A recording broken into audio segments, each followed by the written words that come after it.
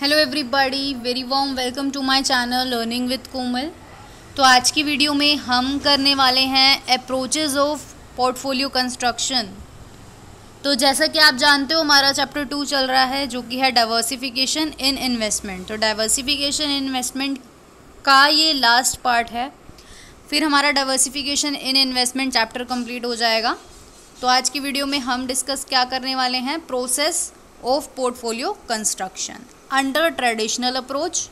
Okay, तो approaches का topic है, काफ़ी ज़्यादा मुश्किल नहीं है, आसान ही है, हम कर लेंगे फटाफट से।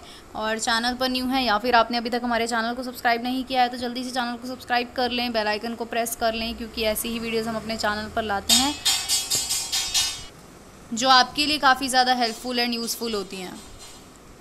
वीडियो को प्लीज़ लाइक करें, शेयर करें अपने क्लास ग्रुप में भी। चलिए फिर स्टार्ट करते हैं बिना टाइम वेस्ट किए।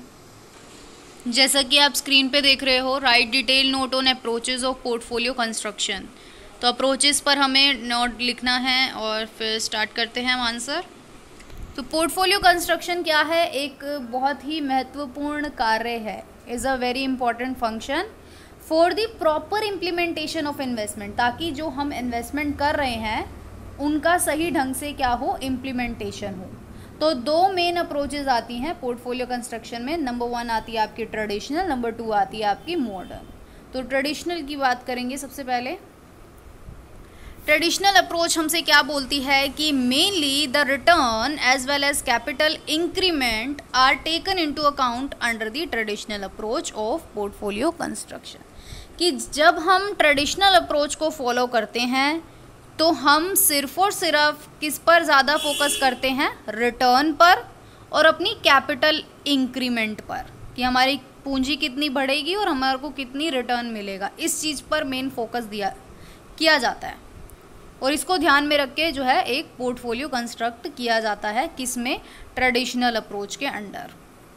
तो analysis of the securities is also made on this basis and the risk involve is identified. तो सिक्योरिटीज़ का भी एनालिसिस होता है इसी बेस पर, और जो भी रिस्क इन्वॉल्व है उनको भी आइडेंटिफाई कर लिया जाता है।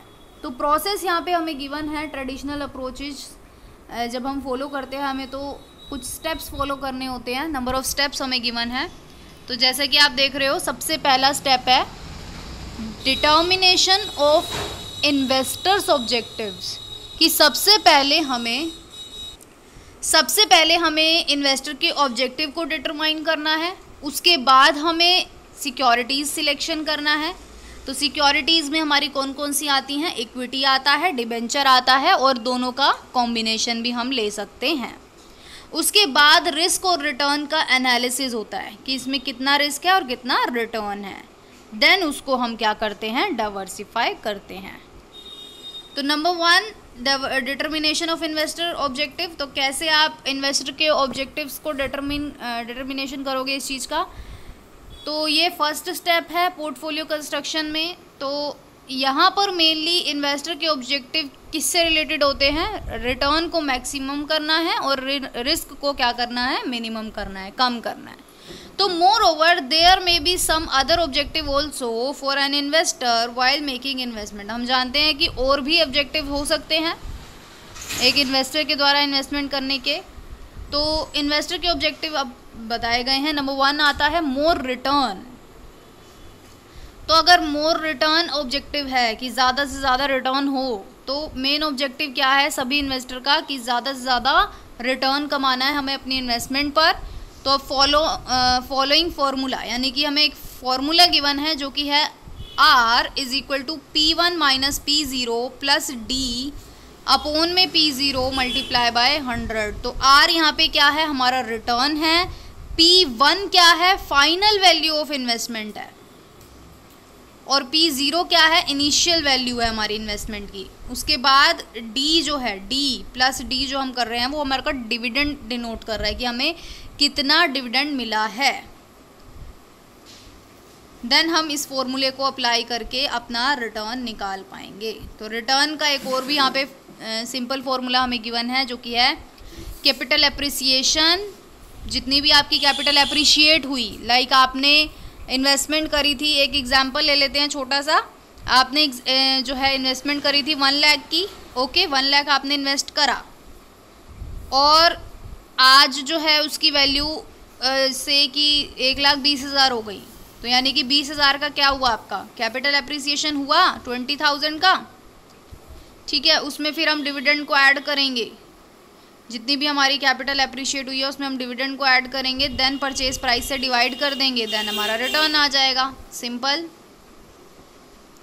लेस रिस्क की बात करें, नंबर 1 तो क्या था कि ज़्यादा रिटर्न होना चाहिए इन्वेस्टर के ऑब्जेक्टिव में, नंबर 2 लेस रिस्क, कम रिस्क होना चाहिए। तो अनदर मेन ऑब्जेक्टिव है इन्वेस्टर का रिस्क को मिनिमाइज करना। तो एवरी इन्वेस्टर वांट्स, सभी इन्वेस्टर क्या चाहते हैं, securities in which the investment is being made by him must have the minimum risk, कि जो भी वो सिक्योरिटी में इन्वेस्टमेंट कर रहे हैं उसमें रिस्क क्या होना चाहिए, कम होना चाहिए।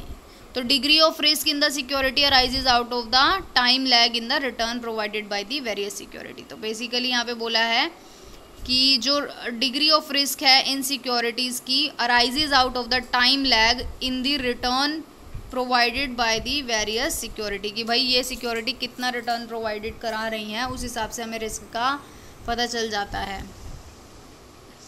सेफ्टी की बात करें तो हर इन्वेस्टर क्या चाहता है कि जो भी वो अमाउंट इन्वेस्ट कर रहा है वो सेफ भी रहे, है ना। तो value invested in the security must remain safe even in the situation of A fall in the market price, कि भाई मार्केट प्राइस घट भी रहे हो लेकिन उसकी जो ओरिजिनल वैल्यू जो उसने इन्वेस्टमेंट में लगाई थी वो क्या रहनी चाहिए, सेव रहनी चाहिए। तो an investor can make selection of debenture and bonds in order to attain this objective. अगर एक इन्वेस्टर को अपने इन्वेस्टमेंट की सेफ्टी चाहिए तो इन्वेस्टर जो है डिबेंचर और बॉन्ड्स में जो है इन्वेस्ट कर सकता है ताकि उसका ये वाला ऑब्जेक्टिव भी है जो वो पूरा हो जाए। नेक्स्ट आता है hedge from inflation. Hedge from inflation in the sense कि such security are selected by an investor which have a higher rate of return than the inflation rate, कि ऐसी सिक्योरिटीज़ होनी चाहिए जिसका रिटर्न रेट काफ़ी high हो than the inflation rate, हमारे inflation rate से। तो prices of the high quality security always goes on rising, कि जो भी हाई क्वालिटी सिक्योरिटीज़ हैं होती हैं उनका प्राइस हमेशा क्या होता है, बढ़ता है। And these are helpful in providing a hedge against inflation, इससे क्या होता है कि हमें हेल्प मिलती है हेज अगेंस्ट इन्फ्लेशन से। नेक्स्ट आता है लिक्विडिटी। तो लिक्विडिटी का क्या मतलब है कि किस तरीके से आप अपनी सिक्योरिटी को ना, लिक्विडिटी का मतलब होता है कि कैसे आप अपनी सिक्योरिटी को कैश में कन्वर्ट करा सको, ये लिक्विडिटी होती है। Liquidity refers to the conversion of the security into cash whenever desired. जब एक इन्वेस्टर को पैसों की ज़रूरत होती है तो इन्वेस्टर क्या चाहता है, जब चाहे जो है वो अपनी सिक्योरिटी को सेल करके कैश में कन्वर्ट करा ले। तो investor who want higher liquidity, जो इन्वेस्टर ये चाहते हैं कि हायर लिक्विडिटी वाली सिक्योरिटीज़ में इन्वेस्ट करना चाहते हैं तो उनको जो है शॉर्ट टर्म सिक्योरिटी में इन्वेस्ट करना चाहिए, वो लिक्विड होती हैं क्योंकि उनको हम आसानी से मार्केट में सेल कर सकते हैं। नेक्स्ट आता है लेस टैक्स लाइबिलिटी। तो लेस टैक्स लाइबिलिटी ऑब्वियसली कि टैक्स बचाना चाहता है इन्वेस्टर, है ना। इन्वेस्टर का ऑब्जेक्टिव क्या है, अपने पैसे वो इसलिए लगा रहा है क्योंकि वो टैक्स बचाना चाहता है। तो टैक्स बचाना चाहता है तो वो किस में इन्वेस्ट कर सकता है, नेशनल सेविंग सर्टिफिकेट्स में कर सकता है, नेशनल सेविंग स्कीम्स में कर सकता है ना। और investment made in the share and debenture lead to an increase in tax liability. अगर आप शेयर और डिबेंचर में इन्वेस्टमेंट करते हो तो आपकी टैक्स लाइबिलिटी बढ़ जाती है, जो कि हमारी किसके अंडर आती है, इनकम फ्रॉम अदर सोर्सेज। तो इसीलिए टैक्स बचाना है तो उसके लिए भी है ऑप्शंस। नेचर की बात करें तो here the nature refers to the capability of an investor to bear risk, कि इन्वेस्टर का नेचर कैसा है, वो कितनी क्षमता रखता है रिस्क बियर करने की। Some investor want to receive a high return by bearing less risk, कि कुछ इन्वेस्टर क्या चाहते हैं कि उनको हाई रिटर्न तो हो लेकिन वो जो रिस्क है ना वो कम हो। तो whereas some other investor show interest in making investment in the security having high risk. तो कुछ इन्वेस्टर क्या चाहते हैं, ऐसी सिक्योरिटी में इन्वेस्ट करना जिसका रिस्क हाई हो और इवन इफ द आउटकम में भी नेगेटिव, क्योंकि हम इस जानते हैं कि high risk in the sense कि आपका आउटकम भी नेगेटिव निकल सकता है, हाँ, लेकिन एक पॉसिबिलिटी होती है कि हाई रिटर्न भी हो। तो ये नेचर पे डिपेंड करता है इन्वेस्टर के। सिलेक्शन ऑफ सिक्योरिटीज़ की बात करते हैं अब हम। ये तो थे इन्वेस्टर के क्या ऑब्जेक्टिव हमने पढ़े, कितने थे टोटल, 7 थे। Now let's talk about the selection of security. अब हम इस स्टेप में क्या करेंगे, अपनी सिक्योरिटी को सिलेक्ट करेंगे कि हमें कौन कौन सी सिक्योरिटी में इन्वेस्टमेंट करना है। तो जब हमने इन्वेस्टर के ऑब्जेक्टिव को डिटरमाइन कर लिया उसके बाद देन हम बात करेंगे सिलेक्शन ऑफ सिक्योरिटीज़ की। तो if the objective of an investor is to increase the return obtained from investor then such an investor can include the equity share and debenture in his portfolio. तो simple सी बात बोली गई है कि अगर एक इन्वेस्टर चाहता है कि उसका रिटर्न इंक्रीज हो, उसकी कैपिटल अप्रिशिएट हो, तो उसको किस में इन्वेस्ट करना चाहिए, इक्विटी शेयर और डिबेंचर को में करना चाहिए। तो इक्विटी शेयर जो है वो हेल्पफुल हैं रिटर्न रेट बढ़ाने के लिए, और जो डिबेंचर हैं वो टैक्स लाइबिलिटी को रिड्यूस करने में हेल्पफुल होते हैं। नेक्स्ट आता है if the objective of an investor is safety of the invested amount. अगर एक इन्वेस्टर चाहता है कि वो अपने इन्वेस्टमेंट अमाउंट की सेफ्टी रखे तो उसको जो है अपने पोर्टफोलियो में क्या इंक्लूड करना पड़ेगा, डिबेंचर्स और बॉन्ड्स लार्ज वॉल्यूम में इंक्लूड करने पड़ेंगे। Third, if an investor want to make an expansion by making investment in long term financial asset. अगर एक इन्वेस्टर क्या चाहता है कि उसको एक्सपेंड करना है, इन्वेस्टमेंट अपनी बढ़ानी है, तो वो लॉन्ग टर्म फाइनेंशियल असेट्स में, तो then such an investor can make investment in land and housing schemes. तो लैंड एंड हाउसिंग स्कीम्स में इन्वेस्ट कर सकते हैं, लेकिन उसमें जो है लिक्विडिटी की कमी पाई जाती है, ये भी ध्यान रखें। Next, if an investor want to receive a regular income. एक इन्वेस्टर चाहता है कि उसको लगातार इनकम होती रहे, तो वो किस में इन्वेस्ट करना चाहिए, उसको डिबेंचर्स में करना चाहिए, क्योंकि डिबेंचर्स में हमें रेगुलर इनकम मिलती है, इंटरेस्ट मिलता है। तो regular income is receive by investor on the basis of interest rate, है ना, हम जानते ही हैं। उसके बाद आता है नेक्स्ट स्टेप हमारा analysis of risk and return. Analysis of risk and return आएगा कि हम इस स्टेप में क्या करेंगे, रिस्क और रिटर्न दोनों को ही क्या करेंगे, एनालाइज करेंगे। जब हमने अपनी सिक्योरिटीज़ का सिलेक्शन कर लिया, अब हम देखेंगे ना कि इन सिक्योरिटीज़ में कितना रिस्क है और कितना रिटर्न इन्वॉल्व है। तो the main objective of the portfolio management are to minimise the risk and maximise the return. हम जानते हैं मेन ऑब्जेक्टिव क्या है पोर्टफोलियो मैनेजमेंट का, रिस्क को कम करना, रिटर्न को मैक्सिमाइज करना। हम ये भी जानते हैं कि 2 टाइप के रिस्क होते हैं, एक होता है सिस्टमैटिक रिस्क जो हमारे कंट्रोल में नहीं होता, और दूसरा होता है अनसिस्टमैटिक रिस्क जो कि हमारे कंट्रोल में होता है। तो सिस्टमैटिक रिस्क लाइक कैसा रिस्क, जो कि मार्केट से एसोसिएटेड होता है, और ये जो है कॉन्टीन्यूस मैनर में अराइज होता है due to its vast scope. This risk can not be control, आप इस रिस्क को कंट्रोल नहीं कर सकते। This risk is also termed as uncontrolled. ये क्या है, अनकंट्रोल्ड रिस्क है। लाइक आपका fluctuation in rate of interest, कि आपकी रेट ऑफ इंटरेस्ट में क्या आ रही है, फ्लक्चुएशंस आ रही हैं, मनी एक्सपेंशन हो रहा है, इन्फ्लेशन हो रही है, गवर्नमेंट की पॉलिसीज़ चेंज हो रही है, export import taxation policy change हो गई, general business and financial related risk हो गया, है ना। तो ये क्या है, ये सब आपके कंट्रोल में नहीं है।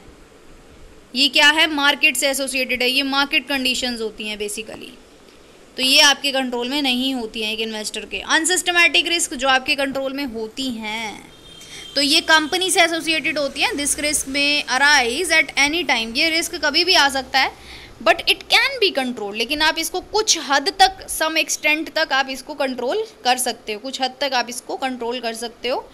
और ये आता है like inappropriate management of a company, कि आपकी कंपनी जो है वो, कंपनी का जो मैनेजमेंट है वो सही ढंग से नहीं हो रहा, स्टॉक बढ़ गई, फॉल्टी सेल्स पॉलिसीज़ आ गई, फॉल्टी डिस्ट्रीब्यूशन ऑफ प्रोडक्ट्स हो गए, और इनअप्रोप्रिएट फाइनेंशियल पॉलिसीज़ अप्लाई कर दी गई हैं। तो ये सब क्या है, इनसे रिस्क हो सकता है। तो risk is identified by making an inquiry into the existing cause of risk. तो रिस्क को आप कैसे आइडेंटिफाई करोगे, इंक्वायरी करके, कि भाई इस रिस्क का कॉज क्या है, क्या कारण है, क्यों आ रहा है ये रिस्क। और ये जो रिस्क जो आपने मतलब ऑब्जर्व करोगे, क्या ये कंट्रोलेबल है या फिर नहीं है, ये भी। तो analysis is made by the portfolio manager. Analysis कौन करता है, पोर्टफोलियो मैनेजर करता है। That to what extend the existing risk can be minimise, कि ये जो एग्जिस्टिंग रिस्क है इसको हम किस हद तक कम कर सकते हैं, and how much return will be received from it, और इससे हमें रिटर्न कितना रिसीव होगा। तो जनरली ओनली दो security are included in the portfolio whose return can be maximise by minimising the risk, कि जनरली हम पोर्टफोलियो में उन्हीं सिक्योरिटी को इंक्लूड करेंगे जिनका रिटर्न क्या हो, बढ़े और रिस्क को मिनिमाइज करके बढ़े। Now let's talk about the last step of traditional approach, that is diversification. तो डाइवर्सिफिकेशन का संबंध किससे है? इन्वेस्टमेंट से है। Inclusion of various types of securities से है, क्योंकि हम अपने वेरियस अलग अलग टाइप की सिक्योरिटीज़ लेते हैं, फाइनेंशियल एसेट्स अपने पोर्टफोलियो में इंक्लूड करते हैं। तो by doing so the risk can be brought to the minimum level. जब हम बहुत सारी अलग अलग टाइप की सिक्योरिटीज़ को चूज़ करते हैं, इंक्लूड करते हैं अपने पोर्टफोलियो में, तो हम अपने रिस्क लेवल को मिनिमम लेवल तक ला सकते हैं, जिससे कि हमारा रिटर्न क्या हो, मैक्सिमाइज हो।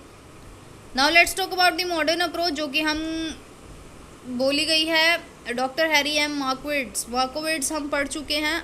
आपने I hope previous video watch की होगी मार्कोविट्ज़ के ऊपर, मैंने वीडियो बना रखी है। तो this is approach is known as Markowitz diversification. ये जो अप्रोच है वो मार्कोविट्ज़ डाइवर्सिफिकेशन के ऊपर है। तो इस अप्रोच के अकॉर्डिंग क्या होता है, एडिकेट नंबर ऑफ सिक्योरिटी को सिलेक्ट किया जाना चाहिए जब आप एक पोर्टफोलियो कंस्ट्रक्ट कर रहे हो तब।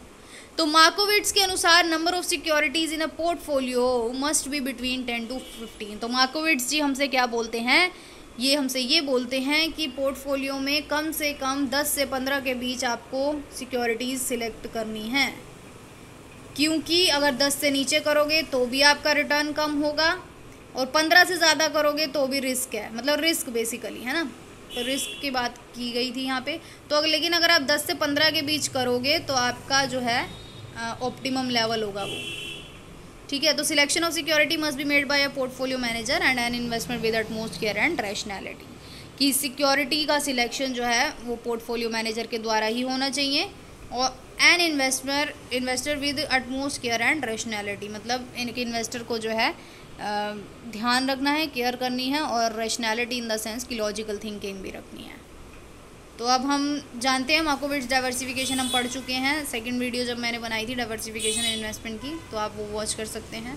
There are 2 approaches of portfolio construction. तो आज हमारा चैप्टर ये वाला एंड होता है, कल से हम न्यू चैप्टर स्टार्ट करेंगे पोर्टफोलियो मैनेजमेंट का।